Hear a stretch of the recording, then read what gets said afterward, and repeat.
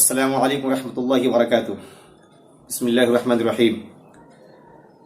زکوٰۃ کے حوالے سے سبھی اہل ایمان اس بات کو اچھی طریقے سے جانتے ہیں کہ زکوٰۃ اسلام کا بنیادی رکن ہے۔ چنانچہ بخاری شریف، مسلم شریف کی جو روایت ہے، بنی الاسلام علی خمس، شہادت اللہ الہ الا اللہ وان محمد رسول اللہ واقام الصلاۃ وایتاء الزکاۃ وصوم رمضان وحج البیت، کہ 5 چیزیں ایسی ہیں جو اسلام کے بنیادی ارکان میں سے ہے، یا یوں کہہ لیجئے کہ اسلام کے پلرز ہے، وہ جس پہ پوری اسلام کی عمارت کھڑی ہوئی ہے۔ وہ اس میں کیا ہے؟ سب سے پہلے کلمہ توحید ہے، اللہ تبارک و تعالی کی الوہیت کا اقرار کرنا ہے، محمد صلی اللہ علیہ وسلم کی رسالت کا اقرار ہے، یہ پہلی چیز ہے۔ دوسری چیز پہ پھر بتایا گیا اقامت صلاۃ، نماز کا قائم کرنا۔ پھر تیسری چیز ہے ایتاء زکوٰۃ، زکوٰۃ دینا، زکوٰۃ ادا کرنا۔ صوم رمضان چوتھی چیز ہے، رمضان کے روزے رکھنا۔ وحج البیت، اور 5ویں چیز بتائی گئی حج بیت اللہ۔ تو ابھی ماشاءاللہ ہم سب کے لیے سعادت کی بات یہ ہے کہ رمضان کا مہینہ بھی گزر رہا ہے، اور ساتھ ہی ساتھ میں زکوٰۃ کا جو ایک عام رجحان ہوتا ہے بطور خاص ہمارے ملک بھر کے اندر، وہ رمضان کے اندر لوگ ادا کرتے ہیں، اور اسی حوالے سے کئی سارے سوالات آئے ہیں، ان سوالات کو ہم دیکھتے رہیں گے۔ سب سے پہلے تو میں یہ بتا دوں کہ یہ بنیادی رکن ہے۔ اس رکن کے حوالے سے قرآن کریم میں اور احادیث میں کیا آیا ہے، مختصراً میں وہ پہلے آپ کو بتا دوں۔ بنیاد ہونے کے ناطے اس بات کو اچھی طریقے سے میں بٹھا لینا ہوگا کہ اسلام میں اگر اس کو رکھا گیا ہے تو ضرور اس کی کچھ نہ کچھ حکمت ہوگی۔ تو فلسفہ زکوٰۃ اور حکمت زکوٰۃ اگر دیکھیں گے تو آپ کو میں مختصراً 2 جملے میں بتا دوں تو یہ کہ اسلام نہ تو سوشلزم کو سپورٹ کرتا ہے نہ کیپٹلزم کو۔ ایک طرف یہ کہ ساری دولت کو پبلک کے ہاتھ سے نکال کر کے حکومت کے ہاتھ میں دے دیا جائے، یا پھر کیپٹلزم میں کہ ہر کوئی اندھا دھند جیسے چاہے اپنے طور پہ کمائے، اس کی دولت میں کسی اور کا حصہ نہ ہو۔ یہ نہیں، بلکہ بیچ بیچ کا راستہ رکھتا ہے یہ کہ جو انسان کماتا ہے وہ اس کا مالک بنے، اس کے آنرشپ میں چیز آئے، اور اسی کے ساتھ ساتھ اس کے معاشرے میں جو لوگ تنگ دست ہیں، مجبور ہیں، لاچار ہیں، بے سہارا ہے، ان لوگوں کا حق ان مالداروں کے مال میں رکھا جائے۔ چنانچہ اسلام یہ کہتا ہے کہ آپ اگر اتنے دولت اور ویلتھ کے مالک بن جاتے ہیں، جن کو سونے اور چاندی میں آنکھ کر بتایا گیا کہ 7.5 تولہ سونا یا 52.5 تولہ چاندی ہو، یا اس کے ایکول ان کے ویلو ان کے پاس کہہ لیجئے کہ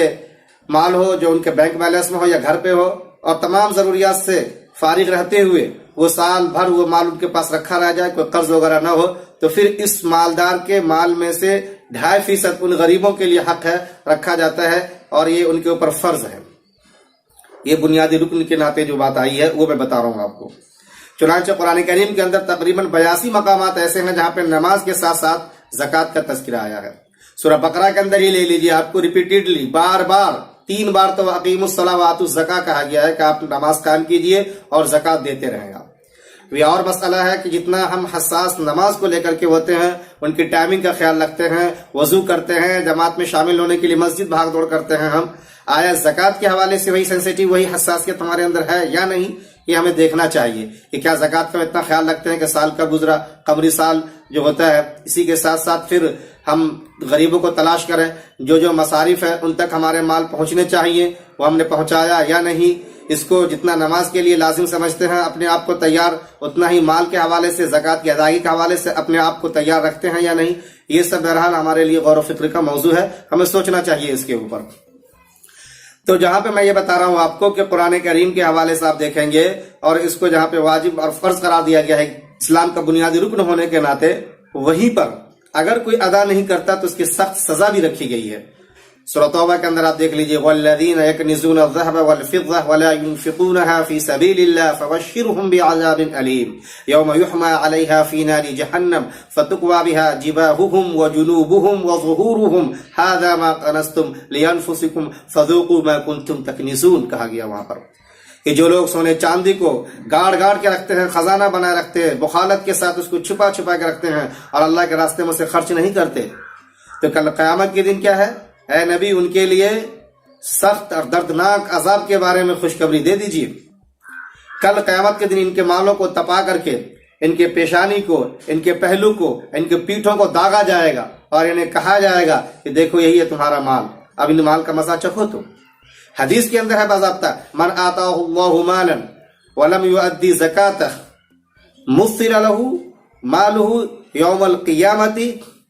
شجاعا اقرا له زبیبتان یطوقه یوم القیامت ثم یأخذ بلہزمتیہ ثم یقول انا مالک وانا کنزک، کہ جن کو اللہ نے مال سے نوازا ہے اور وہ اس کی زکوٰۃ نہیں نکالتے تو کل قیامت میں ان کی انہی مالوں کو ایک اژدہا کی شکل دے دیا جائے گا. وہ اژدہا اپنے جبڑوں سے ان کے چہروں کو ان کو پکڑ کے اپنے دونوں جبڑوں کے بیچ میں لے گا، ان کو چبائے گا اور کہے گا کہ میں ہی تمہارا مال ہوں، اللہم احفظنا منہ.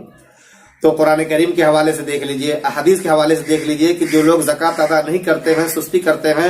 اور بخالت کے نتیجے میں اسے چھپا کے رکھتے ہیں، اللہ کے راستے میں خرچ نہیں کرتے ہیں، غریبوں کا حق نہیں نکالتے ہیں، تو ان کے لیے کتنی سخت وعیدیں آئی ہیں.